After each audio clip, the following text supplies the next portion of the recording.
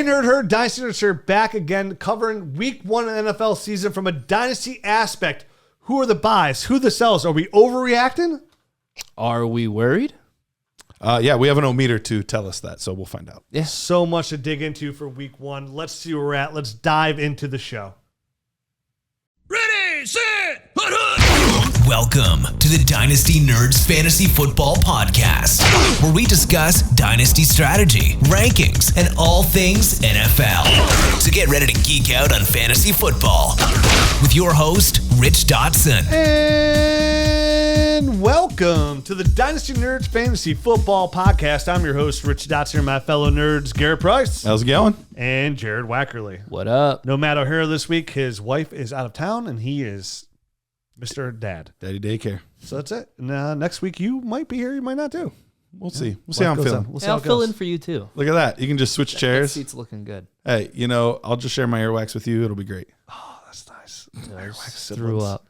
So we're back after a big Week 1. We have so much to cover from a Dynasty aspect this week. Buy, sells, believers, disbelievers, You don't want to say you want to overreact, but you want to be the first to act as well. So there's a big difference in Dynasty. Dynasty is a game of moving and shaking, right? Like if you're not making moves, you're being stagnant. If you're being stagnant, you're getting passed up, and that's not where you want to be. Just like you don't want to be stuck in the middle of your Dynasty league for years to come, you don't want to be the last to make a move. And how many times we've talked about in this podcast, like, oh, that's all you got that for Michael Pittman Jr. I would have gave you more. Well, send an offer. Should have sent an offer. Like I just made a trade. I got DeAndre Swift in our UDPL league. I sold him. My team, I was thinking about blowing it up. I got offered 2 firsts, 23 firsts for DeAndre Swift. One of them I felt could have been a little bit early. My team needs some pieces. I sold for 2 firsts for DeAndre Swift. Now, I really thought you were going to take my deal. I was surprised you didn't like it. What was your deal? For Brandon Cooks, what do you think about this, Jared? Brandon Cooks, DeAndre Swift, or DeAndre Hopkins for a 24 first and third. Rebuild versus contender. Yeah. I think I'd want a little bit more than the 24 first. If it was a 23 first, I'd consider it. Another thing is I don't have my first in that league. Ooh, that's tough. And I won this week too. Did you really? Yeah. Nice. My team's Is that the Columbus League? No, it's our it's a Ohio podcast league with hosted by Tyler Gunther, a whole bunch of people in the industry. So it's kind of it's just again shaking and baking. Moving. So we're here. We're gonna talk about some players, some injuries, some sells, some buys. Before that, we gotta tell you about our friends at Prize Picks. Prize Picks is a site where you can go on there and you get some action. It's a prop bet. Props, and it's the #1 prop site in the world today. You get on there, you pick 2 to 5 players, you take the over/under, and you go up to 10 times your entry. And that's it. It's just you versus the over/unders. Now, I thought I had a lock last week with the Tom Brady free play and Cam Akers 58 yards. Whoops-a-daisy. I wish I'd go back in time and take that one back. But, it is what it is. I'm surprised you ever took anything over with Cam Akers. Because it was receiving yards and rushing yards. I thought that was a lock too. That would seem pretty good on most scenarios. So Prize Picks right now we're talking football, so we're gonna all our action will be on football. But again, you can mix it with baseball, MMA, NBA basketball, any other sport. They have golf. They have ton of action on there. You can mix your props on there. This week they have some good ones like Mike Williams, 70.5 receiving yards.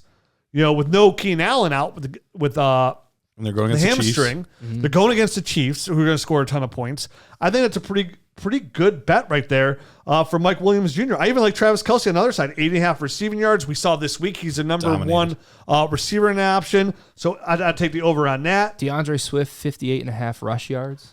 I would take that. I'll take Smash the over on that. I would take the Justin Herbert. Well, that's close. You'd like that Justin Herbert, 285.5 yards. I just think it's going to be a shootout. Yeah, I think the game will dictate that both quarterbacks have over 300 yards. I think what we saw in this high-paced game, too, I think with the edges there, with Joey Bosa and Khalil Herbert. Or no. Mac. You can tell it's a dynasty site when you go to Khalil Herbert over Khalil Mack. Oh, they have Clyde Edwards-Helaire, 16.5 receiving yards. We saw he can catch 3 balls this year. I'd like to see a little bit more out of Clyde Edwards-Helaire, who we'll talk about here in a little bit. Sure. But I think that's another good over, too. So that's 4 to 5 right there. You can take on the overs. Look at that. And you can win 10 times your entry. You bet $20, you win $200. It's that simple. All you got to do is go to Prize Picks, use the promo code NERDS, and they'll give you a 100% instant deposit match. So make sure, use that promo code NERDS. They're going to double your money We're going to help along the way. We're going to find some actions. We're going to go over all our prize picks throughout the year. And we're going to help you win some cash. Check them out. Prize Picks, promo code NERDS. T-shirt promo is over. No more. We may open that up later in the year, but right now it's over. Right around maybe week 8, we'll do a special if you get on Prize Picks now this week only. We'll let the weather dictate we'll see. that. Flash sale. We'll see how it works out. So let's get into this, shall we? Let's All right. do it. Want to hit off the injuries, Garrett? Yeah, let's talk about the injuries here. Dak Prescott. Injuries. Dak Prescott, that game didn't go too well, and it ended even worse. Dak Prescott injured his hand. Originally, was expected to miss 6 to 8 weeks.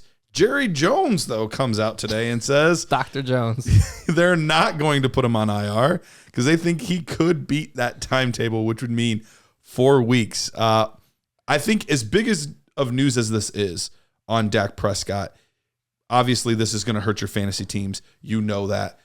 What does this mean for CeeDee Lamb, Ezekiel Elliott, Tony Pollard? What does it mean, Dalton Schultz? What does it mean for these guys? I know Zeke didn't have a big week. He looked good rushing the ball when he got the opportunity. Mm-hmm. He did look good there. But I think it puts a big damper. I don't think it really hurts CeeDee Lamb as much because he's still the number 1 receiver, but I do want to get into CeeDee Lamb here in a little bit and talk about him. We do need to talk about him for sure. So I think he'll still see the targets that are needed. I think Dalton Schultz will help out Cooper Rush a little bit there, keeping everything short. And they're going to rely on Tony Pollard and Zeke. But you got to expect, listen, everything looked bad already on the first game. But here's the thing. A lot of teams look bad week 1. We're seeing these new days and ages where nobody's playing the preseason. Right. So for a lot of these players, it's their first game action. They were playing of the Tampa year. Bay, very good defense. Very good defense. So they look it's good. They do. It's not an overreaction there. We expect a lot of teams to play not too good. We also, I mean, if you haven't heard already, the stat line where the teams that didn't play at all during the preseason went 3-11. You know, so it's just about getting the flow, a couple weeks here, and get going. It was the quarterbacks that didn't go. So Cooper Rush did start a game in 2021, and obviously it's a small sample size, just one game. But in that game, he threw for 325 yards, 2 touchdowns. CeeDee Lamb had 8 targets, 6 catches for 112 yards. And Schultz had 7 targets, 2 catches, but still good target share there. But not a significant sample size, but maybe something But numbers that you're satisfied with. You know what I mean? It's like a nice cold drink on a summer day. It's going to get you down. The interesting part is I'm still not sure how we would be talking about this offense even with Dak still there. Their offensive line, they're missing pieces. They're missing both tackles, whether it was due to free agency or I can't remember if it was free agency or trade or something too. Yeah, their starting left tackle was injured, and they might have lost a guard as well. The rookie looked good. He did. That game. Amari Cooper's obviously gone, which how much of effect does that have on the rest of the receiving core? Michael Gallup still isn't back. They didn't even start Jalen Tolbert. Not even start. They didn't even play him at all. He was not even part of the equation, which was shocking to me. Yeah. So I think even before the Dak Prescott injury, this offense looked pretty meh. Questions to be had. And this doesn't help. So I think this easily, whatever you had projected for all of these guys, you could easily take a 15 to 20% dock on their production while Dak's gone. I'd just be interested how they utilize Zeke in the passing game. Because he had a terrible week fantasy-wise. He looked explosive. But he looked good rushing the ball, and they fell behind far enough where he was just kind of taken out of the game. So, yeah, Dak Prescott, I mean, for me, I was telling you guys earlier, I'm in a league where I have one dynasty league where I'm kind of in the process of rebuilding, and Dak's my only quarterback. Because I traded my other quarterback for to move up into first. Full rebuild. One QB league. And I was Blessing like, oh, in man, disguise. I got to make a trade. And I was like, you know what? No, I don't. I'm rebuilding. Injury rebuilds are the best, though. I know. Well, I thought about it. I was like, wow, that's one giant leap towards Bijan Robinson. I almost am guaranteed to get him now. So I'm like, oh, that's what I'm going to do. But if you have Dak, I have Dak and Scott Fishbowl. That hurt there. I have Dak in a couple leagues. They're super flex. Mm-hmm. I have other quarterbacks to offset. But, it could be worse. We're at least we're in a time, too, where we're talking about this pre-show. We're like, this is the healthiest week 1 we've ever seen. We didn't lose anybody in the preseason. We didn't lose anybody long term besides Elijah Mitchell. And even that's not full season. Yeah, it's 3 quarters. Was it Dak's throwing hand? It was. Okay. Yep. He hit it 2 plays in a row on a defender's hand. That's a good way to break a thumb. Thumb's not the one you want to break No. as a quarterback. No, it's pretty important. Tough to hold the ball without it. Yeah. Who else is on that injury list? Let's go to Najee Harris. Thought to be a re-aggravation of his Liz Frank injury from training camp. So timetable's not 100% clear, but there's even a chance he could play this week. What are your guys' thoughts on Najee Harris? What are your plans for him? He honestly wasn't playing very well. Shouldn't say he wasn't playing well. He didn't have very good numbers outside of the touchdown catch. Thank goodness he had that. So it would have been a total dud. It would have been. Any thoughts on his potential replacement? Jalen Warren's the backup there. Yeah. So he looked good in he's the the preseason. pickup. He looked good in the preseason. Najee came out today and said, "Hey, I'm playing this week, so don't worry about me, guys." And then Mike Tomlin said, "Oh, what nice! It must be so nice to be young and positive." So we'll see. But those Liz Franks are serious injuries. You know what I mean? Like if you mess it up, hamper him all year. It can hamper him all year long. So it might come at some point at this season. It's not now where Najee Harris might become a buy low because the offensive line's still terrible. They got their rookie quarterback, so they could stack the box here. Deontay Johnson looked pretty good. Chase Claypool had like 6 carries. Yeah, he kind of turned into like a Debo, like where at least they were trying to use him in that way, where to try to replace that loss I like of that Najee. offense, the way they're running it. It what really helped was how well the defense played, and it really set them up. Yeah. Because even one of those touchdowns was a defensive score. I thought Trubisky actually looked pretty good. He looked efficient. Yeah. He looked efficient. I don't know how many big plays and things like that, but he did look very efficient. But for me, you mentioned Najee being a potential buy low. If you could right now and you could get 95% of what it costs you to get Najee Harris, would you be willing to sell him right now? Assuming they say like, yeah, he'll play this week, blah, blah, blah. Would you be willing to sell him knowing that this entire season could be meh? And the offensive line, like obviously I've never been the biggest truther, so I'm a little biased, but your guys' thoughts on that? I'll sell any running back in Dynasty anytime. Like I just sold DeAndre Swift for 2 firsts. Yeah. You know, like out of no, like, and I knew he was gonna be good, but I'll sell any running back in Dynasty, especially in Superflex, where I know I can get a better return. Yeah. It's hard to say you're gonna get a better return than a guy like DeAndre Swift, definitely after how good he looked in week 1. But for Najee, yeah, I just don't feel like now's the time to sell because you're not going to get really good value. You're going to get offered that people are going to want a discount. Hey, you know, Liz Frank. I don't think you'll get 95%. You don't think you'll get 95%? I don't think. Probably about 80. 80. Ooh, hey. Well, that's simpatico over here. Even if they announce he's going to start, because I worry about this Liz Frank injury for the entire season. So you might not get a sell window. Who is Liz Frank? Do you know who she is? Yeah. I think Rich dated her. But for any reason, Jalen Warren's on your waiver wire. I mean, you have to add him, obviously. Absolute must add. And I mean, before the season, I think it should be a strategy for everyone to go and pick up every single backup running back that's on the waiver wire in Dynasty. Oh, 100%. They're listed as number 2 on the roster. Like we mentioned the same thing about Jeff Wilson a couple weeks ago. Like you got to pick Jeff Wilson up. He's the backup here. And then they cut Trey Sermon. And we mentioned when they cut Trey Sermon, like, hey, Jeff Wilson looks like he's got the clear backup role. Now he's going to start. Well, let's talk about him then. Elijah Mitchell, knee injury, sprained MCL. We're looking at about 2 months potentially. 3/4 of the fantasy season. That's a killer. That is a really, really difficult one. Jeff Wilson's the obvious replacement. Any interest in Marlon Mack, who they just signed to the practice squad, Tyrion Davis-Price? No.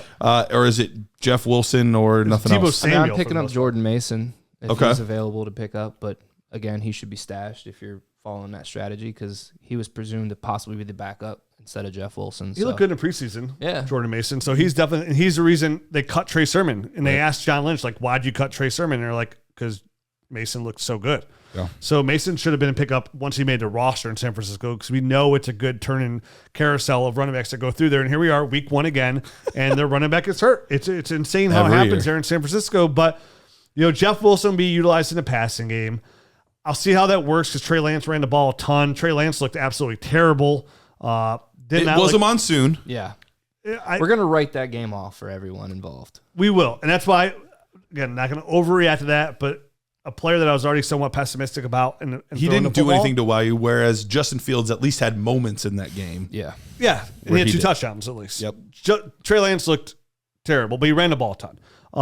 So I think that hurts, but I think Jeff Wilson could be a nice dump ball player. I think Debo's still good. Debo had over 10 carries again, had a rushing touchdown. He'll still get the carries back there. He's the guy. I couldn't believe how many carries he still got. I thought there was going to be a dip in that. I think Jeff Wilson's a start. He's a start. Yeah, he's a start. All right, let's go over to T. Higgins. T. Higgins left the game. Well, I'm sorry. Can we go back to Elijah Mitchell though? Yeah, sure. I think in about not next week, but maybe even next week, I think Elijah Mitchell will still be a good buy. Okay. You like him for the second half of the season? Because he'll be back here the second half of the season. At that point, maybe Jimmy Garoppolo's even starting at that point by week 8, week 9. Who knows? True. But he'll be healthy by that point, and he'll be getting close to your playoffs. It'll be a nice fresh set of legs to have on your roster. Now it's back-to-back injuries, but you might be able to get Elijah Mitchell for like a late second if you're a contender at some point. So if you lost Elijah Mitchell, chances are you're going to drop down the rankings a little bit here, or you have some need. And if you start to lose, you're going to be looking for draft picks. And Elijah Mitchell seems like he was already a hard sell anyways. Nobody wanted to pay the fair value. And I feel terrible because in the league, I was like, I think you guys are literally the day before he got hurt. I have an abundance of running backs in the league. I was like, I think you guys are kind of sleeping on Elijah Mitchell here. Would you pay 2 seconds? For Elijah Mitchell? Yeah, I pulled up the trade browser on our Dynasty GM tool, and the trade is 2 seconds and Tyrion Davis Price for Elijah Mitchell. My only hesitation on that is this running back class is so good next year that I could easily see San Francisco either taking another third-round running back, invest in one in the second round even maybe next year because they're so talented, these running backs, right? And they clearly have a need here for running back. Or maybe they even sign like a Kareem Hunt. Like, can you imagine Kareem Hunt in this offense? Yeah, he would do. It fit perfect. He would look absolutely fantastic. So my only hesitation, and I think Elijah Mitchell has shown us a lot, but at the same time, this is back-to-back years where he's going to miss a significant amount of time. He's looked really good, but then he's going to year 3 of his rookie deal, so they're going to want to get something going. They keep drafting running backs in the third round as it is. So 2 seconds for me, it'd be a little bit too much for me for a running back. Yeah, of Elijah Mitchell. That's going to miss 3/4 of the fantasy season. There could be some other decent running backs available. Josh Jacobs now will be available potentially. Yeah. Miles Sanders could be available. David Montgomery could be available. So they can all look good now. Especially I think Miles Sanders with the speed in those outside zones really just. I mean, you remember Mostert how well he did in that offense. So the speed's great there. But next guy T. Higgins. Concussion. I don't think there's tons of actionable information here. Maybe just a little bump up for like a Tyler Boyd or something like that this week. But we don't even know for sure that he's going to be missing any time with the concussion. Kind of just a wait and see there. Yeah. Same thing. Burrow looked a little rough, not playing in the preseason. Yep, absolutely. Keenan Allen, we mentioned it when we were talking about Mike Williams prop, but he has a hamstring injury. There's an outside chance that he could play, but more than likely he's going to be missing. 0% chance. They haven't ruled him out. 0. The coach said today, like, we're going to make sure we take our time with Keenan and make sure it's right. Play a short week. It's very unlikely that he plays short week, Thursday night football game. Expect him to be back, though, more than likely in 2 weeks, if not three at the absolute most from what it's looking like. We'll see. Hamstring injuries, man. They can always linger. Linger. Those soft tissues. But a Josh Palmer bump, if you have him on your roster, you probably get him into your wide receiver 3 spot here versus Kansas City. Should be a big power game. A boost to Gerald Everett as well, who scored a touchdown this week. A nice power touchdown there on the sideline as well. DeAndre Carter. Carter looked good. Yeah, he did. 77. He had the most air yards. Yeah, he looked really good this week. Mac Jones, back injury. X-rays came back negative, but he'll be evaluated further as the week goes on. Any concerns really about Mac Jones? That offense looked terrible, pretty bad. Yeah, if he's your starting quarterback in your dynasty league, then you have a lot of concerns because you're not a championship contender and you have a long way to go. I think we said all kind of last year is we're not big believers in Mac Jones as a fantasy football quarterback. Right.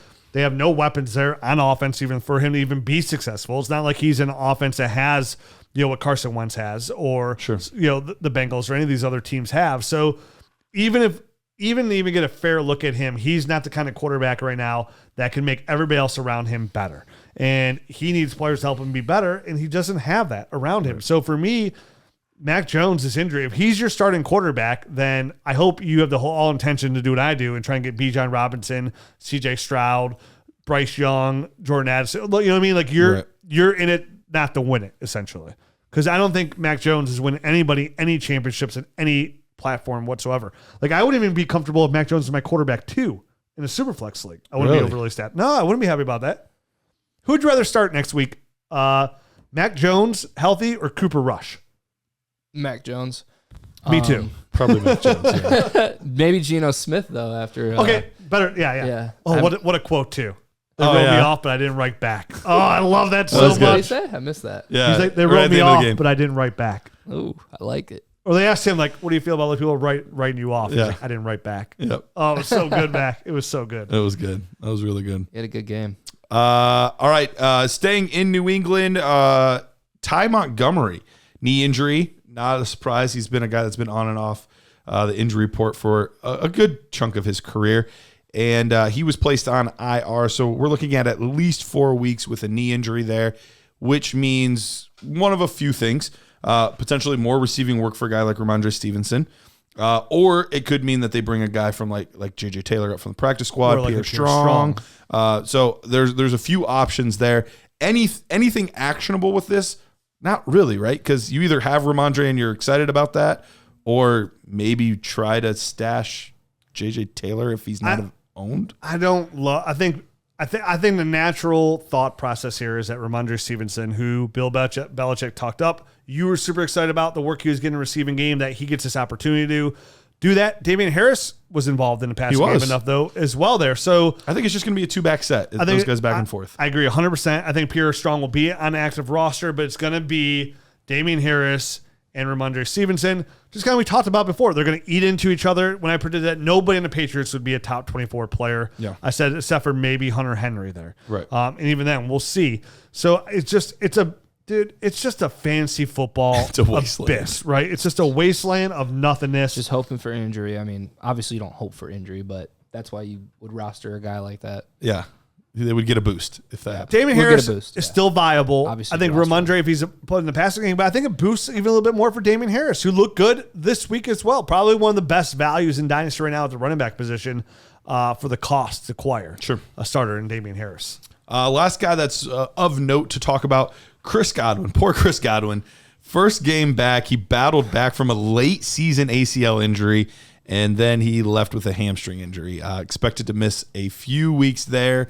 But Julio Jones looks like he's not actually dead. Yeah. No, he's not dead whatsoever. He's back.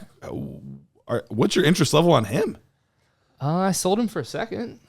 That was Still a feel win. good about that, right? I'd feel really I good do. about that. Yeah.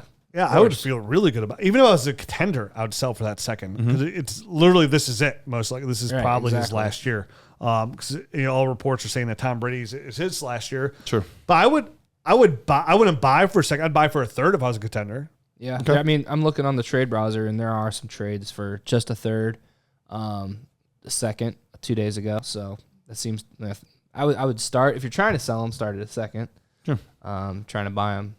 One of the fastest players timed on the Buccaneers, I think going into the week, I think his speed time in games was one of the fastest on the field. Yeah, it's He looked crazy. pretty good. He's Still a such a deep threat. freak. Still got Tom Brady there. Yep. But, I mean, Chris Godwin will be back in a couple weeks. He looked so good on that screen he caught, and he exploded and accelerated up the sideline. Up the sideline, he Yeah. did. He looked really. I was like, Oh, he's Godwin's back. back. And then literally fell over. I was like, oh, don't be the knee. Don't be the knee. Don't be the knee. I was worried. Yeah. And it comes back. At least it was something hamstring. else. Like, I can live with But that. still not great. No, it's not good. It's great. Yeah. You're talking about a player that it's coming off ACL. He's hurt again already. I mean, listen, He's had the broken hand. He's 3 had, weeks. He's had really bad luck. Yeah. 3 weeks is 25% of your season. 4 weeks is a third of your season. You know what I mean? So it's like this counts. These do matter. So when a player misses multiple weeks, yes, you're ecstatic that it's not the whole year.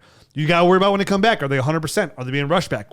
What's a hamstring? Are they going to re-aggravate it mid-game? Do you feel comfortable putting them back in week one? Definitely if Julio Jones looks good coming back into it. There's a lot of worries there, especially with a guy like Chris Godwin over, say, a Keenan Allen, right? So there's a lot of worry here. Obviously, it's a massive boost to Mike Evans, who's Still great. who's been like the old school Brian Hartline, just like a great buy every single year. You can always acquire him. Nobody ever wants him. He just puts up wide receiver 1 numbers every single year. But for Chris Godwin as an owner who has some shares of Chris Godwin in my dynasty leagues, like this worries me because now there goes the groove to get back in the groove with things. It gives better opportunity for Julio Jones to succeed.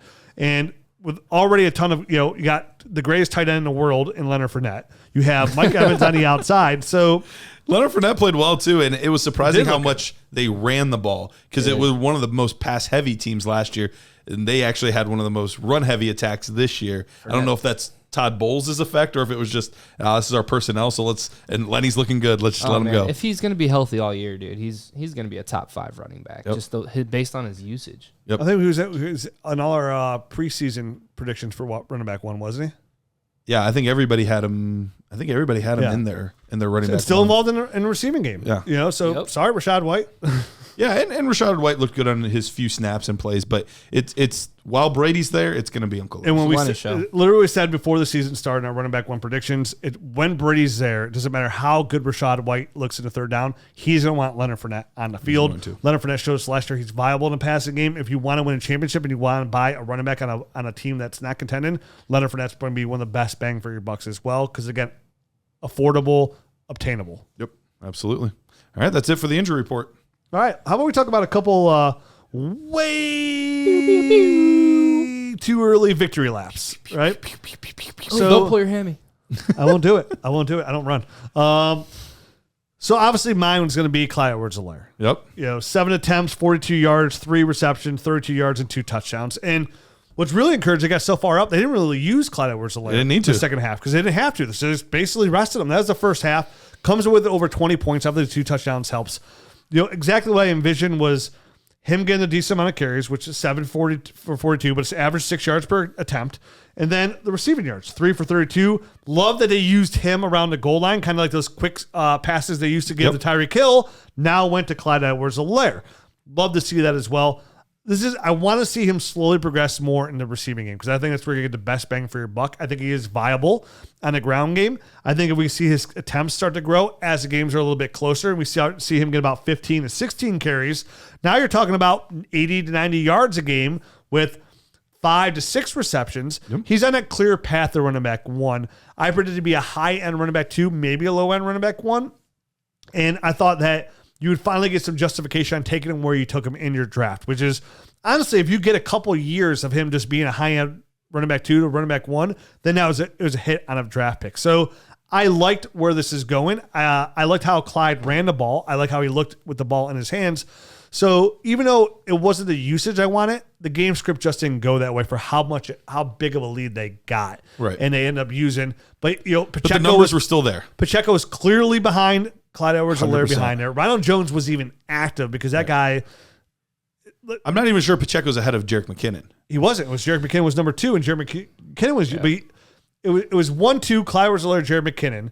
When I got up way ahead, it went Jerick McKinnon a little bit more, and then Pacheco, and then it was just Pacheco at the end. Clyde had the same amount of snaps. They each had 27 snaps. Pacheco had 16. Mm-hmm. So it's encouraging. So I will say that way too early victory lap. It's a good start to my race where he's going to be on his way to being a running back 1. Where he currently stands right now is running back 6 overall. So the 6th highest scoring running back ahead of guys that even look great. Guys like Joe Mixon look great. Clyde Edwards-Helaire did it. Obviously, the 2 touchdowns helps. But I won't look at it as like an outlier because when you have Pat Mahomes there, it's going to be consistently put in those situations. And with no dedicated, Travis Kelce's been the number 1 threat there in the red zone. Clyde Edwards-Helaire, what I saw there with the short dump passes, again, when they use it a lot with Tyreek Hill, that's very encouraging. If for whatever reason Jerick McKinnon's on your waiver wire, you have to pick him up. Oh, 100%. 100%. I've been right about Jerick McKinnon. Way too late victory lap. I picked him up in quite a few leagues this offseason. I got a lot of shares. I was surprised. If you've been listening for a while, you know exactly why I got a lot of shares of Jerick McKinnon. Oh, man. All right. So, fortunately, Matt's not here, so he doesn't get to dunk on us about not having A.J. Brown as a wide receiver 1. Oh, that bold prediction sure looks really good right now. I was giving Rich a little bit of it before. How many catches Devontae Smith have on his 4 targets? We will bring that up. We will talk about that. But it was as many as I had. I can't count that high. But my way too early victory lap here feels pretty good because I've been on this guy forever. People keep wanting to sell him, and he keeps producing. James Robinson left for dead with that Achilles injury because we saw Cam Akers look not too good. This guy, superhuman. 11 attempts, 66 yards, looked fantastic out there. 1 rushing touchdown, also brought in a reception and scored another touchdown there. He was a top 12 running back on the week. It seemed to be a split between him and Travis Etienne, and he actually had more as far as touches than Travis Etienne had. We'll see how that split goes. It could go back and forth all season long. But James Robinson is absolutely part of this offense. And we know that Doug Peterson loves to use a bigger back. And I think James Robinson is a guy he's going to use early and often. Yeah, it wasn't split. I was completely taken aback by this. James Robinson, two things. One, James Robinson looked good. He did. Really completely flabbergasted by that. Like, it's just, I feel real, like I'm sitting here, hey, Cam Akers, this is why he's not going to be good. Achilles, blah, blah. Robinson tears Achilles not even too long ago, within a calendar year. Right. And he's back and he looks good. And it wasn't 50-50, Garrett. I mean, he got over 70% of the ground touches on the ground. Yeah. Like, over 70%. Now, Etienne did look good. He got more in the receiving. He dropped that touchdown pass, which was right in his hands. He could have walked right in the end zone. And that's there. what we were talking about before. He's not like they want to use him as a pass catcher, but he's not a natural catcher of the football. But saw a little bit over 10% of the target share. Yep. Did make some other catches in the game and looked pretty explosive when he got the ball in his hand. Looked really explosive with the ball in his so hands. fast. I thought Etienne still looked good. He did look good. Aside He did from not the look drop, bad. that Yep. would have changed the outcome of his fantasy. It absolutely would have changed things. That one catch would have been an extra 9 points on his game for the week, and that would have brought him up to what? He would have been running back approximately. He would have been close to RB1 range. I think we're going to see a split all year with both these guys. He'd have been running back 2, like running back 13 right around there. Okay. So big difference, like a 10-point jump there. So I do expect for how good he looked and to bail out a guy like Trevor Lawrence, I think he will get a little bit more involved. It's just weird that we're talking about like working in Travis Etienne more, and Robinson was just, here you go. He's an afterthought. Just right back, and he's just right back to what he's been doing his whole career. Yeah. Yeah, he saw, you said the one target there, he got the pass, so he saw about 5% of the target share there, which is very interesting. I'm wrong so far in James Robinson. And history. I think you made a smart bet you might, because of the Achilles injury. I'll make that bet every single time. Right. If he does it, he'll be the only one that's ever done it. It's true. I would still sell made him. videos I would sell selling too. James Robinson. I sold him at the right time. At that time, it worked out. Whatever And you I want to could've bought say. back if I wanted to, I've but been right the whole time on James Robinson. He's Haters wanna currently hate. running back one. He had 11th most looked points good. amongst running backs He looked this year. I'm with you. I would still be very encouraged to sell James Robinson if I can. I would test the waters. See To what I Elijah could get. Mitchell owner, to the Najee Harris owner. Sure.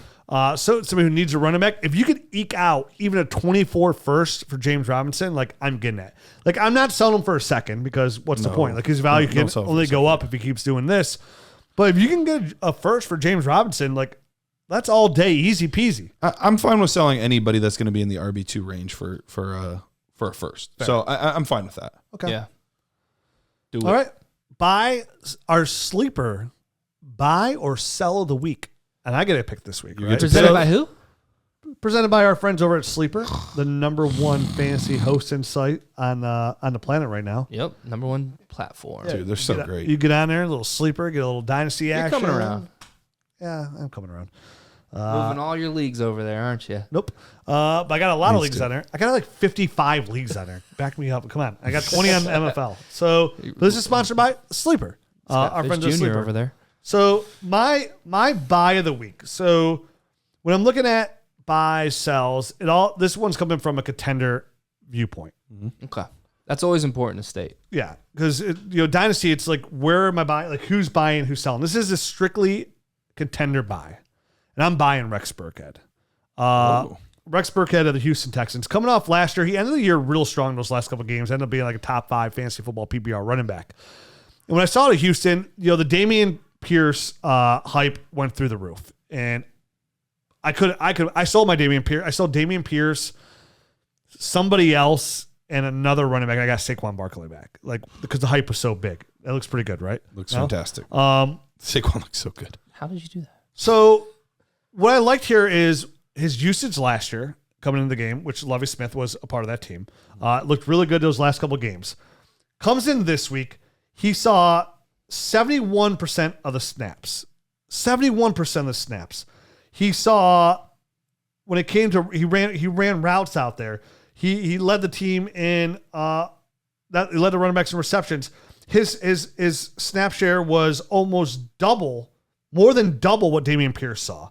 His route participation was 3 times as much as Dameon Pierce. And we know Dameon Pierce wasn't big in the receiving game as it was anyways. Sure. His third down And ability. it was his first game ever. And Yeah. So for a team it is his first game, and I'm not out. This is not a big sell on out on Dameon Pierce. What it is we talk about this all the time with rookies. Like, how good are you in pass protections? Where's the third down action going to be? Because the reception part of the game also matters, because that's PPR running backs we talk about all the time. That's where the juice is when it comes to fantasy football running backs, the guys that are catching these football passes.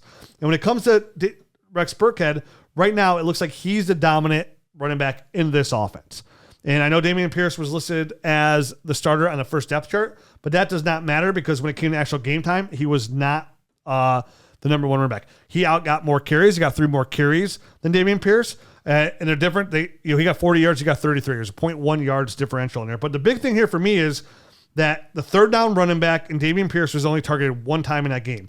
Rex Burkhead was the second most targeted player on the Houston Texans with 8 targets outside of Brandon Cooks, caught 5 of them for 30 yards. If I can get that consistent 5 catches for 30 yards and you mix in, I don't even care about the rushes in between. So if Dameon Pierce 20, 30, gets a little bit rushes, better and he great. gets a little bit more, I'm okay with that, because we're talking running back to numbers. And right now you could probably get Rex Burkhead for a 3rd round pick if you're a contender, which is a late 3rd. So if you start throwing a 3rd round pick out there and you get Rex Burkhead on your roster, he gives you running back 2 numbers, currently running back 23 on the year. Is that dazzling? No, but it's a flex play, and it's a running back 2, and it's a good depth piece to have. So for me, my buy of the week, out of what I saw, I'm trying to find value. And sometimes when you're a contender, you're like, oh, I'm good at running back. We see these running backs go down every single week. I think the way Rex Burkhead is used, he has a higher chance to be healthy throughout the year because the way he's used in the game. So if I get a 3rd round pick that's late, and I don't even need say I'm just shallow at running back right now. Like, I think this is a good move to make now, because some people are with all opposite thought process. We're going, ooh, I'm going to sell Rex Burkhead now. I did a little something before he does nothing and Dameon Pierce takes the lead, because I think that Dameon Pierce hotness is still sizzling on some skin out there in the Dynasty world. So I think it's going to be easier to unload a guy like Rex Burkhead thinking that, hey, Dameon Pierce is going to get more usage. It's only week 1. Here he goes. So if I get a guy that's going to give me running back 2 numbers, albeit even if it's low-end running back 2 numbers, that's a great play to have in your back pocket. So especially once we get towards these bye weeks, the injuries, I know they haven't been bad yet, but they're going to start to add up. You need those depth pieces. Even it's just like, I can put Rex Burkhead out there and I know he'll get me at least 8 points. There's some weeks where you're that desperate and you're just like, I just need to make sure I get 8 points. You can almost guarantee that for a guy like the difference between win and losing. End of the year, really strong. Looked good this week as well. So he's my sleeper buy of the week. And we talk about this all the time in Dynasty too. These first 4 weeks of the season, like, don't get overly worried if you start in 0-4, because that's when the injuries start to come. And then when the bye weeks hit, everything shifts. This isn't redraft. People aren't going to waiver wires to pick up help. It's very easy. We see everything just kind of like level off, and you go from 0-4 to 8-4 really quickly. I think a guy like Rex Burkhead for a 3rd round pick, it might end up costing you something like, hey, give me your 2nd, I'll give you my 3rd. And basically, if you're a contender and he's not a contender, you move him back a couple of spots too. I'd be okay with that as well, because you can never have enough running back help. Definitely when it comes time to the playoffs. And I think, this is way too early week 1, but from when I saw it, from last year to this year, I think it's a good investment for your Dynasty team for only the contenders for the 2022 season. Yeah, well, if you head on over to Prediction Strike, you could grab a guy like Rex Burkhead, or you could do what Jared and I did, and you can grab some Michael Pittman Jr. Woo. And after his first monster week of the season, from when we first talked about him, he's up, like $1.50? From like $2.50, he's up almost to $4. He'll be at $7 by the end of the year, $8. I guarantee it. Buy. Still You'll buy. double your investment. He's at $3.95 right now. Already? Yep. Yeah. Justin Jefferson's at $14. Dude, if you'd have bought Michael Pittman when we said, you'd already doubled your money. Yeah, almost, because we forget literally what we did. Said what he was. He was around $2.43 or something like that at that point. Yeah. So he's gone up about $1.50 in 3 weeks. Great investment. But that's what you can do over there. You can go in, take a look at some of these rookies. Maybe some of these rookies didn't perform in week 1 like you had hoped they would. This is a good opportunity to go buy low while you can and just Watch the money rise. Watch the money rise. Head on over there, predictionstrike.com, or better yet, just get their app. Just get the app over at predictionstrike.com. Use the promo code Dynasty, and you receive a free share of a player. That's right. Use promo code Dynasty, get a free share. What are you seeing over You here? could buy A.J. Brown. $3.18. He's less than Jerry Jeudy. Now, some of the Or Rashad Bateman. dollar values, they change with the projections for fantasy too. They do. That's Whether or not they hit their projections It's not or not just is part of buying, it. selling. That's 50% of the that creates- equation. But yeah, right. the other 50% is that. So definitely go check out some of those prices, see what you can get there. But we're gonna head into another O-meter. You know me, I love my O-meters. O-meter. All right, Sorry. Wario-meter. How's this work? I wasn't here for the last Yeah, Wario explain it. One We got two newbies here. is I'm not worried at all. I could not have any less care in the world. All right. 10 is I am in complete panic mode. I am pulling my hair out. I am so terrified. Okay. So 1, not worried at all. 10, complete panic. I'm going to give you the name of a player. I'm going to tell you their stats from this week. A little hint, they all sucked. All the players I'm going to say sucked this week. You tell me how worried you are long term about this player. The first one, we said we would get to him, and we are. We keep our word. C.D. Lamb. C.D. Lamb, 11 targets, 2 receptions on those 11 targets, and 29 yards. Rich, how worried are you about C.D. Lamb? 10. 10. Ooh, 10. you are Your complete hair is panic. standing up. I'm in complete panic.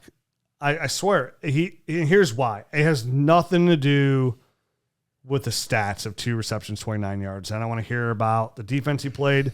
He did not look good at all. His hands didn't look good. His route running didn't look good. His confidence didn't look It good. did not look good at all. Like, this was a guy before the season I had penciled in as my number 3 overall dynasty receiver. Somebody who I thought was about to enter that tier of Justin Jefferson and Jamar Chase. And I could think of 18 different receivers right now that stepped up and looked like they're on a path for, Jahan Dotson looked like he was on a path. Oh, we'll talk about him. Michael Pittman we mentioned Michael Pittman and C. Lamb as our 2 players that we thought were on that path to enter that tier of the be in the mix, at least, of Those that young stud receivers. young studs. Michael Pittman Jr. delivered. He looked exactly how I thought he would look.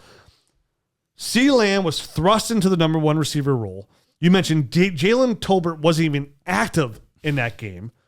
And Dak Prescott didn't get hurt till late in the game. He looked awful, Garrett. He looked awful. Would you have been able to, now obviously we watched the game, would you have been able to name any of the other receivers that were active in this game other than C.D. Lamb? Yeah. Noah Brown. Would you have before the game? Yeah. Would you have? Okay. Noah Brown would have been the only one. Listen, Helps this you is with what I Ohio do. State. All right. But that's the thing. You could name one. No, Brown looked okay.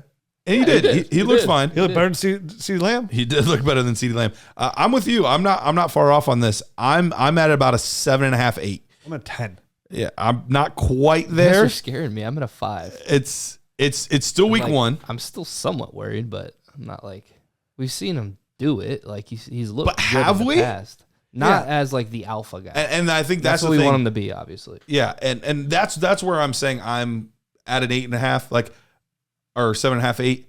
I'm really concerned that he never turns into a wide receiver 1. Yeah. So I'm really concerned when I'm about at that. 10, it's at a 10 because of the player that we're talking about. Right. Yeah, right. Am I I at got 10 thinking that C. Lamb's not going to be like a wide receiver 2?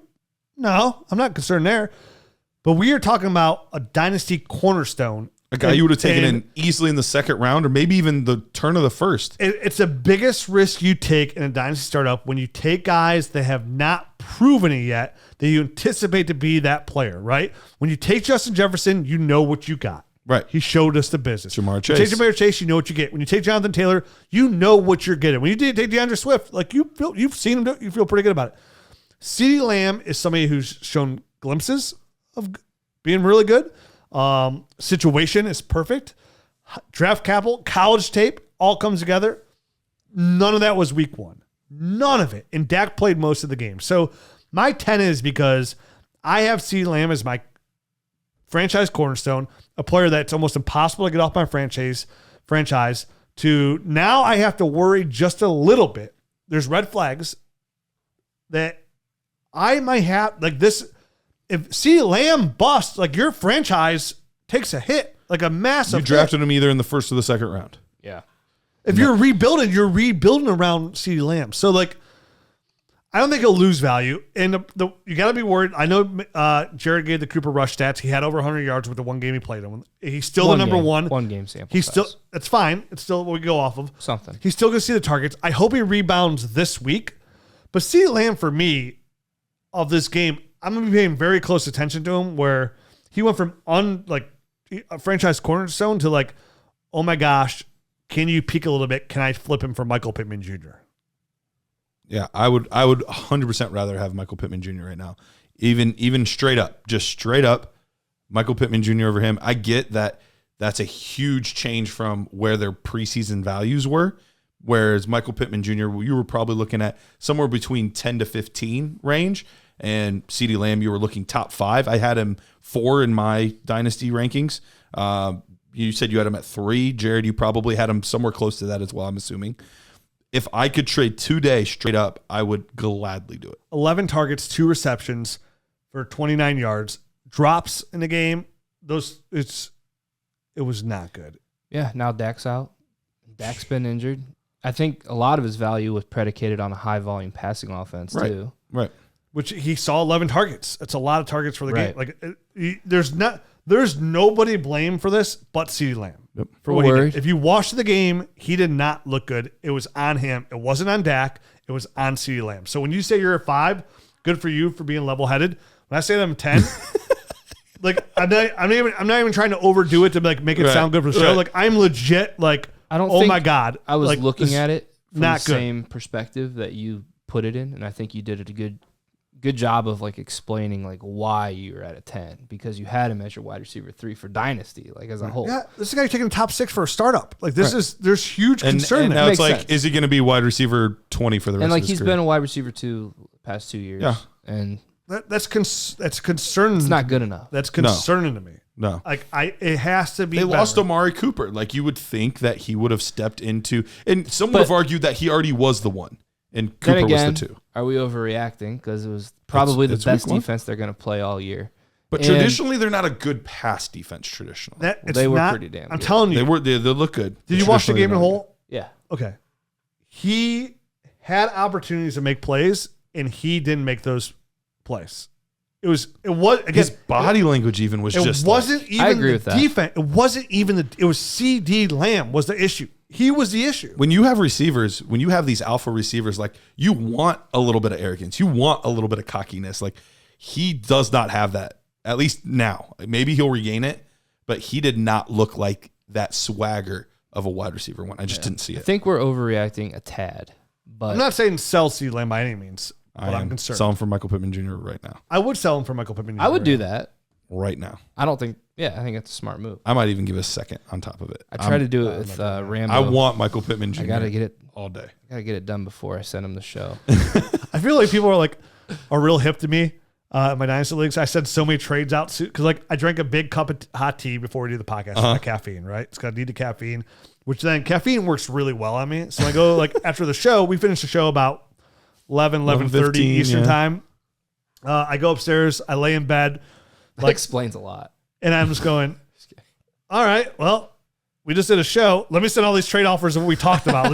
Let me act on my thing. I did the same thing on the drive home, which probably isn't a good thing. But Nobody accepts it. I think nobody accepts late them in the because night. they know they're getting them on Tuesday. Like, well, I know Rich just podcast. Let's wait and see what he said. and That's what he everyone's said. probably sleeping. Yeah. Oh, you said you give a second on the show. The worst part about being a Dynasty analyst or being in the business is like it's so much harder to make trades. Like I heard what you said you'd get for him, you son of a. Such a liar. Who's next? All right, Aaron Rodgers. Aaron Rodgers, we know, Hall of Famer, one of the best quarterbacks of this generation. But first game without Devontae Adams did not look too good. 22 of 34, 195 yards, 0 touchdowns, and 1 interception. How worried on the worry-o-meter are you with Aaron Rodgers? Go ahead, Rich. I would say I'm a 4. I'm a 3. Okay. Because I went into the season expecting a dip. Like, I knew we didn't have the receivers. I mean, if Christian Watson catches that one ball right in the basket, different. it's a Much completely different stat 75 line. We're yard talking touchdown. 270 yards, somewhere around there, and a touchdown. Also, it's an interception. Some of his receivers didn't do any favors. Week 1 with him, too, with guys like Christian Watson barely practiced in the preseason at all. Growing pains. Yeah, growing. So, to me, I'm not too worried. Are you starting him next week? I started him this week. I mean, they it have? depends who else you have. Depends. If it's 1 QB, 2 QB. If it's 2 QB, you're starting him 100%. Oh, yeah, you have If it's to. 1 QB. Yeah. I have him in a 1 QB league. I traded a first for him and Tua because I needed a quarterback, and I don't think I'm gonna start him. I think I'm Playing gonna start Tua. Chicago Sunday night, I think. Oh, that's a good play. That's his right. Oh, he hates Chicago. kills too. Chicago. He does. He owns them. He owns it. You know what? He does. If you're gonna come out and say last year that I own you, and then back it up on television, yeah, I'm starting him. Yeah. Of the 32 starting quarterbacks, fantasy-wise, he was number 32. It was a bad week. But Yes, I'm with you guys. I think I'm right around that 4 range as well. There's enough worry there where my interest is peaked, where I'm like, are the days of him being a top 5 fantasy quarterback behind us? Is he now just 7 through 10, 12, which is fine. It's not bad, but we've been used to him being this top 5 guy. Devontae Adams helps. Helps. If he has Devontae Adams, it's massively good for Derek Carr. And I think, honestly, the whole game plan was kind of a little wonky too. I mean, I don't think that A.J. Dillon, good for A.J. Dillon owners, but he shouldn't lead your team in receptions and In targets. every stat category possible. Yeah, he led the team. Let me bring it up. AJ, Receiving yards. By the way, while you're bringing that up, I would buy low on Christian Watson. I think we saw the route. We saw how he looked. So Better I was days are listening ahead. to led in receptions and receiving yards, A.J. Dillon. You're not going to win games don't like want that. that. You can't do that. Aaron Jones has got to get more snaps. If you're going to throw the football to somebody, it should be more Aaron Jones than A.J. Dillon. This is no diss on A.J. Dillon whatsoever. He looked really good. He did. Very pleasantly surprised with him there as well. But I think they're going to have to readjust and find their way in this offense now without Devontae Adams. And yes, Devontae Adams is that important to an offense. Look what he did in Las Vegas. this week in Las Vegas. You're talking about a player that came in, led NFL in targets and air yards, 17 right? So targets. he's important to an offense. There's a reason he was the highest paid receiver in the NFL. So they got to find their way. They got to find their groove. And if there's one quarterback I do trust to do that, it is going to be Aaron Rodgers. So is he going to be a quarterback 4 overall? Probably not. Is it his fault? Probably not as well. I was listening to Aaron Rodgers' weekly appearance on the Pat McAfee show on the way here, Which is great. Always. and they were talking. He was talking about how all week they had been prepping for the first play of the game. It was going to be that play to Christian Watson for a touchdown to launch his rookie career, and it's going to be with a touchdown. He knew he was going to throw it. So it's just funny that that's what ended up happening, and then he ended up dropping it. And he was just saying hey, drops happen. He's not worried about it. Christian's a great player, and Who was it? obviously- Somebody tweeted. I wish I could remember who it was, but they were like, "Man, Christian Watson is the perfect MVS replacement." Wow, he is. That's He's so much better. pretty harsh. All right, these next 2 guys played on Thursday night, which seems We like gotta go quick through these ones. eons ago. We're at 50 some minutes. All right, we'll bump the last segment to the nerd herd. But Cam Akers, 3 attempts, 0 yards. Worryometer, Rich. I will be surprised if it's anything but a 10 for you. Yeah, I mean, he was my number 1 sell all this summer. I was telling you guys all summer long to sell Cam Akers. So I've been at 10. I'm just worried about how he looked last year. I'm worried about the Achilles injury. It takes his explosiveness away. He didn't look very explosive. Missed a block.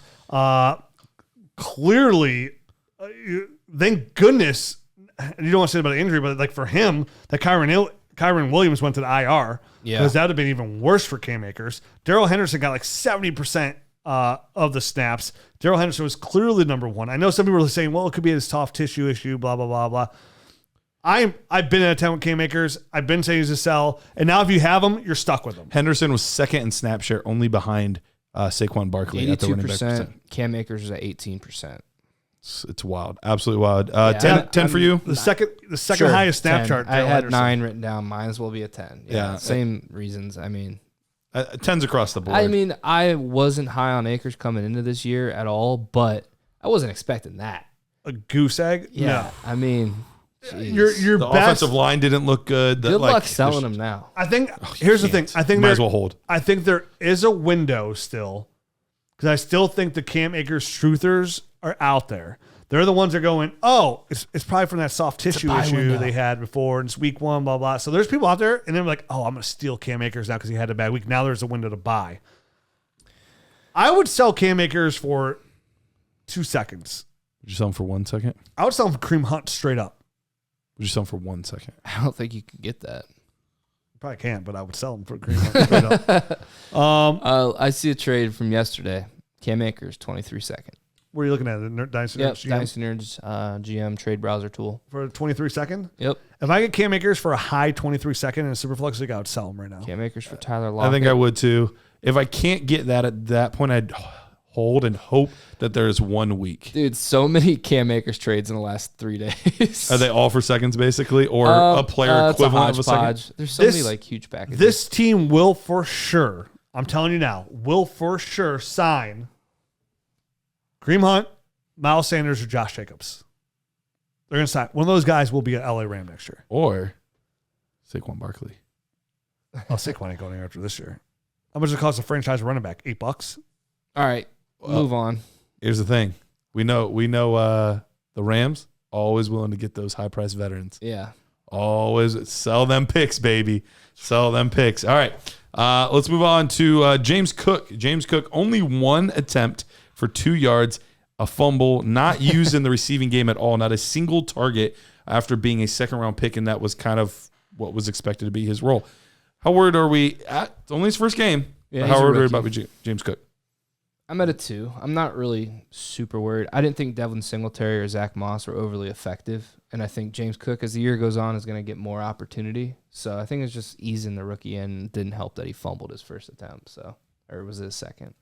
Same too. I thought Devin Singletary looked pretty good. Looked pretty explosive there early in the game. I think James Cook is somebody who I thought all along would have to slowly work his way in the offense. I have a buddy whose brother is a scout for the Bills, and they said that James Cook would need a little bit of time to find his way. Acclimate himself? Yeah, acclimate himself there. So, he looked good in the preseason game. Doesn't help that he fumbled, but I don't think that was an end-all, be-all for him. The Bills were also rolling as well, so it was somewhat surprising they didn't give him a little bit more action late in the game when they were up so far ahead to kind of get his confidence back, but right. I'm not worried. Second-round pick still. They're still looking for that pass catcher running back. Zach Moss stepped up in that role a little bit more there. That was surprising.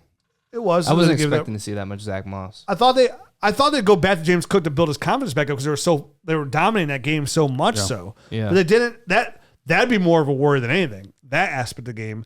But I'm not worried yet. Not yet. I'm a little bit higher. I'm more at a 4, but that's partly also because I've been lower on James Cook than the masses. Especially there was a point in the offseason where you're looking at 106, 107, 108. People were taking James Cook. We never got that high. But there were a lot of teams that were thirsty for running back.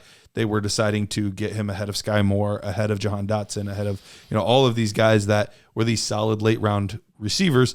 And I think they're going to live to regret that. Yeah. And you can never do that. And we talk about this all the time in Dynasty. You see these running backs that guys, and I made a mistake even with the Clyde Edwards-Helaire take. You know what I mean? Like these guys that get these bumps in the draft, and you fall in love with the situation, but the tape is the tape. And then you take them ahead of guys like Sky Moore, Jahan Dotson, and you're instantly regretting it because they have such a high hill to climb.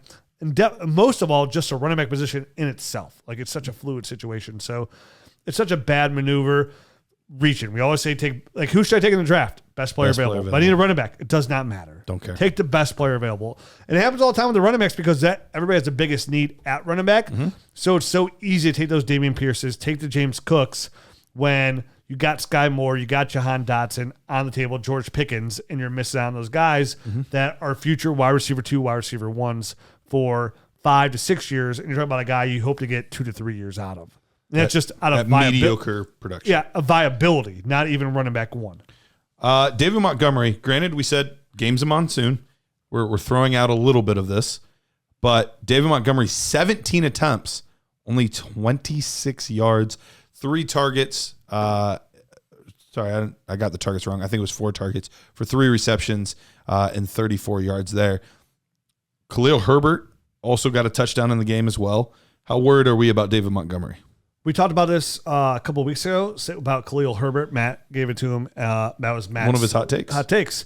And we mentioned, it made a lot of sense where there's a path there where they want to see what they would have in Khalil Herbert because this is David Montgomery's last year. And it's not a good start because we saw that David Montgomery comes in and he saw his lowest single game rushing share of his career.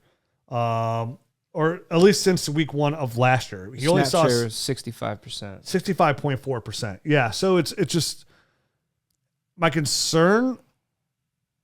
If I'm a Montgomery owner, 7, 6. Because it's a monsoon, then you think they'd run the ball more. Sure. And he got 17 attempts. I mean, that's a good amount for a game. It's a good amount of game. Only 26 yards.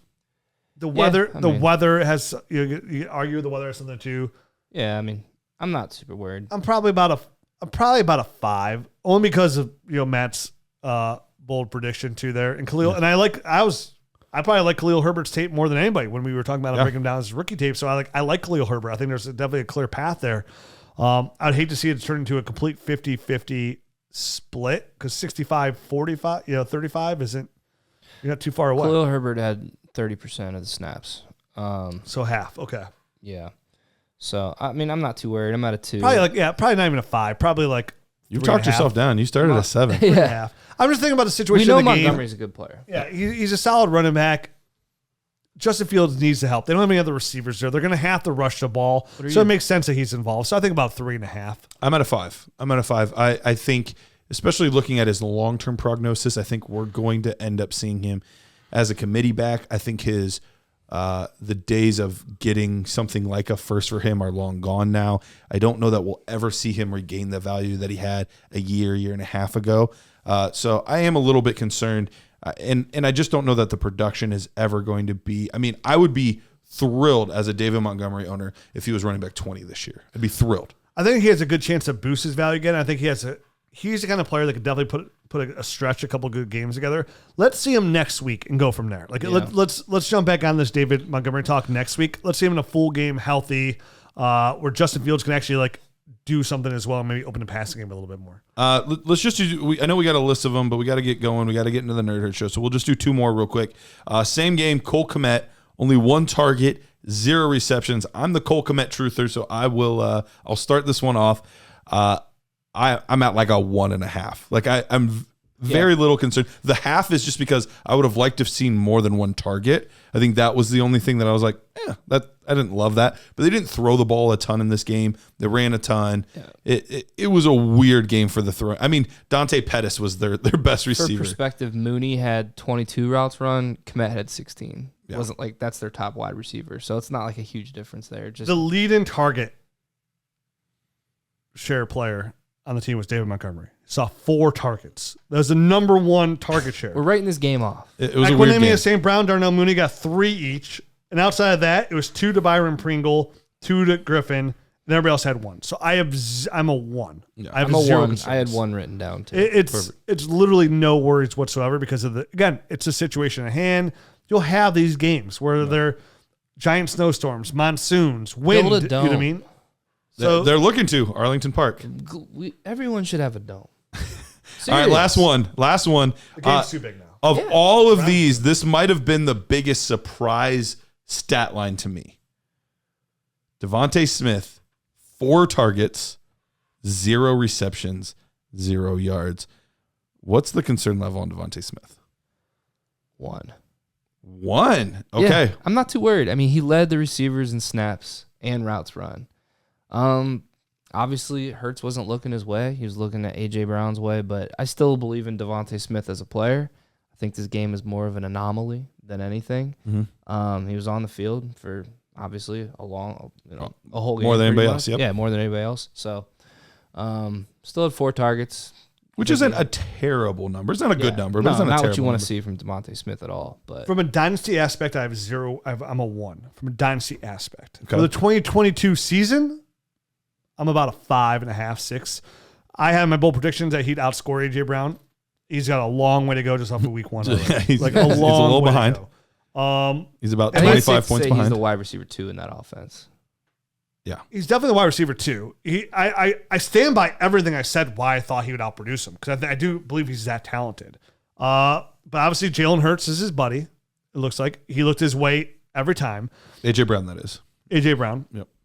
And my biggest concern is Jalen Hurts, but I still don't think Jalen Hurts is a long-term answer there in Philadelphia. When your quarterback is your number one rusher, Jalen Hurts had 17 rushes compared to Miles Sanders for 90 yards and a touchdown. He averaged 5.3 yards per carry. Yeah, that's sweet. That's good. That's not how this game is played in today's NFL. I'm sorry. It's not. That doesn't give you long-term stability there for the Eagles. He was 18 of 32 for 243 yards. Averaged 7.6 yards per toss, no touchdowns, no interceptions. Like, he did not look good throwing the football. And without A.J. Brown, who knows how it would have looked? Because A.J. Brown bailed him out a ton. I'll give the Lions a little bit of credit. Their defensive line played really well. Their front seven played really well. They were in his face the entire game. Which it helps as well. So He got the W as long as they're winning. it means it's all a all that matters. massive point. Yep. But I'm not worried about Devontae Smith long term. I still think he's really good. And let's see what happens in week 2 again. Sounds like you're different. I'm a little bit higher. I'm at like a 3.5. Partly because not much. it's still not crazy. I still think he's gonna be good. But I really truly when we did the nerd score, when we're evaluating tape, he still has the highest score of any player that I've graded so Same. far. Yeah. Loved his tape. Really thought that he would force himself into being this elite player. And so far, he just looks like a second fiddle kind of guy. And that's what worries me is, we kind of talked about that with CeeDee Lamb a little bit, whereas guys like Jefferson and Pittman, and they're forcing themselves into those roles. They're just playing so good, getting so open, doing the right thing so often that they are just forcing themselves to get the ball. Dominating. Yeah, but the difference there is Devontae Smith just hasn't done that yet. But the difference there, Garrett, is like Michael Pittman's the number one receiver there. CeeDee Lamb's the number one receiver there. They paid A.J. Brown to be the number one receiver there. Right. And now my bold prediction came off of this point of saying Devontae Smith is too good not to get the targets. Mm-hmm. That wasn't the case week 1. I want to see how it goes week 2 because that concern level is only going to rise. Yep. As we want to see how Jalen Hurts translates it. And maybe they go back this week to the film and say, Jalen, look, Devontae was open here. Devontae was open here. I know you looked at A.J. Brown here, but if you would have just looked here, they can start to scheme for him. It's going to be on Devontae Smith. Then it could turn around. He had 4 targets, which was tied for second most of the team. Sure. We need more. We still needed it to be in the 7, 8, 9 range. It needs to be in about the 9 range. Let's name the 2 next players and just give our numbers. Okay, real quick. Amari Cooper, 6 targets, 3 receptions, 17 yards. Jacoby Brissett sucks crystal balls. I have a 7 for Cooper. I have a 5.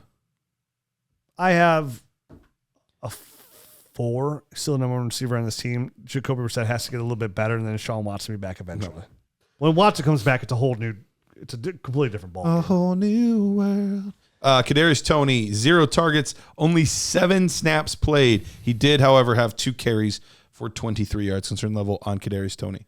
Everybody hates him. He's got to be a huge dick.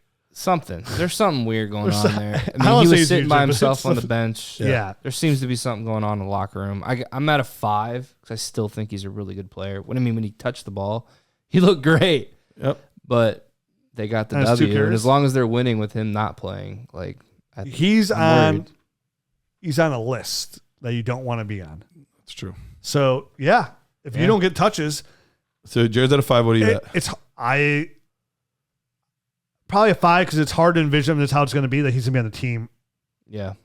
I'm by the end of the season, higher. I'm at a 7. Wan'Dale Robinson got hurt in this game. Yeah. Like if there was ever a game where it should be clearly him, yeah. But I'm again, at I a think 7. There's a higher chance that he's not a giant even by the trade deadline, let alone next year. So from a dynasty outlook, he's still a dynamic player. But again, those red flags can carry over. How many times have we seen that? We've seen those players go to different teams and it doesn't work out. So I'm at about a 5. But again, the cost differential of the two, what you have in Kadarius Toney, it's pretty low. The loss isn't as bad as you know what I mean? Right. You're talking about a paper boat sinking compared to the Titanic. That's the difference of it. So if you miss out on that, it's your team's not set back and you're not dead in the water compared to a CeeDee Lamb. So I'm a little worried, but like you've just been waiting for Kadarius Toney to be the guy for a year and a half now. Yeah. I'm sending Rex Burkhead for Kadarius Toney. That's a good move. Yeah. Rebuild move. Yeah, rebuild mode. Yeah. I still believe in Toney as a player. And if you have Rex, it's a great buy. Like the That would be a great perfect swap for both teams. Yeah. perfect swap. Yeah. Yep. All right. That's it. Well, that's it. Trying to jump into the Nerd Herd show. We're going to talk about some rookies. We're going to talk about guys that we think might be back, some more buys and some sells for the week, and so much more. The Nerd Herd, again, is a part of our Nerd Herd package of the Dynasty Nerds. We mentioned the Trade Finder, which is part of the GM. The GM is getting a facelift. We're moving everything to an app here soon. But if you want to join the Nerd Herd, you use the promo code FOOTBALL. It's to save you 15% off all our tools, all our access, everything we have for Dynasty Nerds, whether it be the Nerd Score. Our rookie film room is going back up here very soon. We're going to be able to watch all these rookies for the 2023 season, one of the best draft classes we've probably seen in a while, well, since 2021. And, of course, the Dynasty GM, the number one Dynasty tool in the market today. Help you with the league analyzer, player shares, and so much more. Check us out. For the price of a cup of coffee, not only do you support Dynasty Nerds, the podcast, and us, and help us build more tools, but you're also going to help make your team better and help us streamline all your leagues. Because whether it be Sleeper, FFPC, Flea Flicker, MFL, you can put all your leagues in one spot and see all your leagues in one tool. Like I said, it's coming to an app soon. Check us out. For the price of a cup of coffee, you can get on there today and be a part of the Nerd Herd. Support us. Let us support you. And, of course, you get the bonus podcasts. How can you not want that? How could you not? See you next week. Do I say it? Do it. Adios.